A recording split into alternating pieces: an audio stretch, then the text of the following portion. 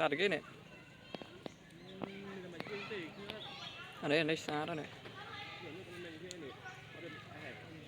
Em. Mau mới đi rồi. Mau mới đi rồi.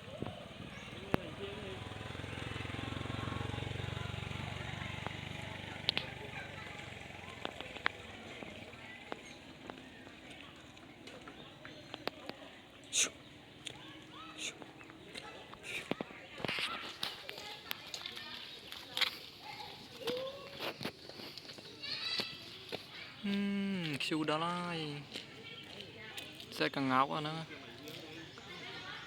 Việc trâu phiền rồi sao mạnh lầm.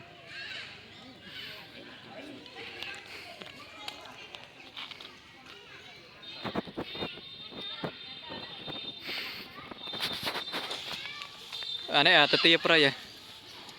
Tê tê vậy. Dạ. Vắc à? Vắc này chẳng? Ini seroknya hai babak. Sok nhóm hai tia pray. Nổi kia.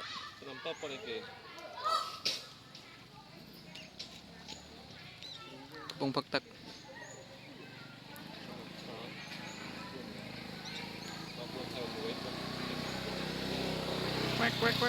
Quack.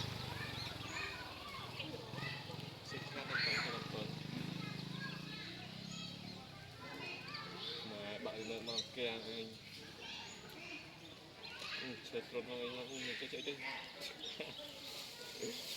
Em nghe rồi.